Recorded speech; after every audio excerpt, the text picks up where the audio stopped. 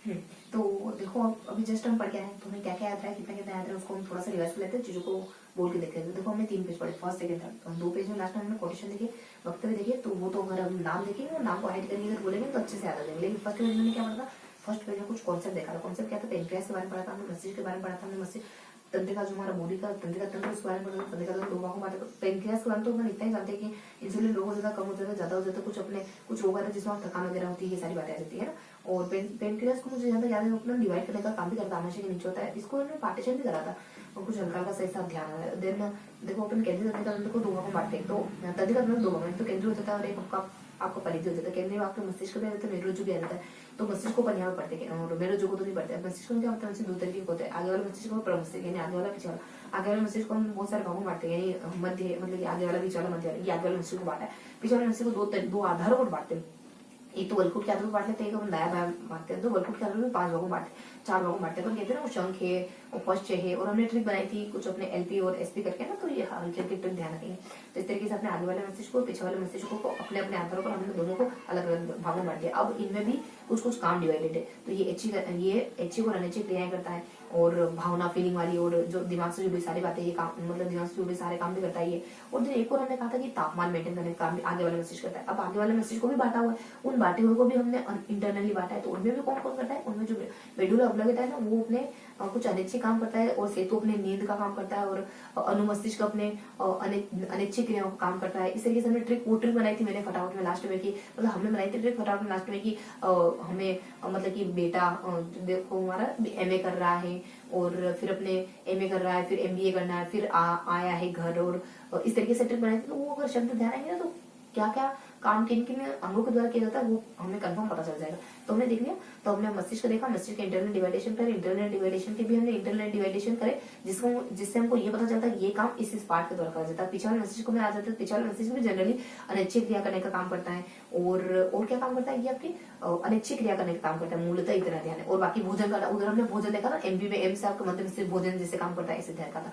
तो यहाँ पे हमने वलकुट के डिवाइडेशन करते हैं, और वलकुट के डिवाइडेशन के नाम तो अपने एलएसएसपी करके हमने करा था, कुछ अपने शंख है, पांच ऐसे कुछ नाम थे। तो इस तरीके से हमने दोनों मस्तिष्क के बारे में पढ़ी। अब देखते देखो हमने कुछ बहुत सारे कोटेशन देखे थे, कौन कौन से देखे थे कि हमने कहा था हंट हेड कमिटी आएगी, फिर हंट आएगा, फिर अपने स्ट्रेंग वगैरह आ जाएगा, देन अपने लास्ट में स्किनर को समर्पित कर देंगे। तो सारे नाम इनमें क्या क्या बातें थी देखो।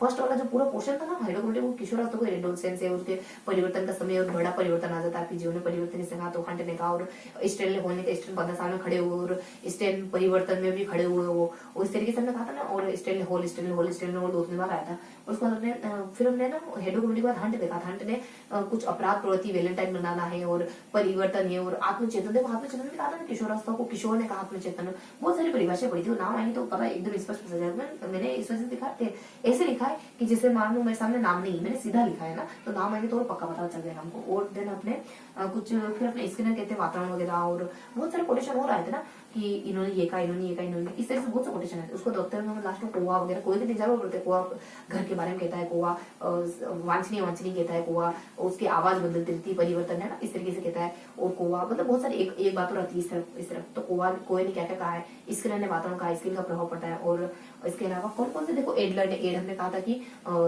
डॉलर का क्या है। उसके बाद गर्ल्स में बहुत सारे शब्द हैं, तो वातावरण पर क्लार्क कहता है कि अपनी प्रजाति की श्रेष्ठता। चरित्र डगडेल कहता है। और फिर अपने चरित्र पर पड़ता महान किसके लिए कहा था हमने कि महान कहा था उसके लिए, महान ऐसा कुछ शब्द है ना। वॉटसन कहते हैं कि आपके मूल से क्रोध है, भय, प्रेम है। ये हमने कहा था कि कबड्डी खेल रहे आप और वो कबड्डी खेल रहे। और डोल ने क्या कहा था, आपके डोल ने क्या, बुद्धि की वातावरण पर प्रभाव पड़ता है, बुद्धि पर वातावरण पर प्रभाव पड़ता है।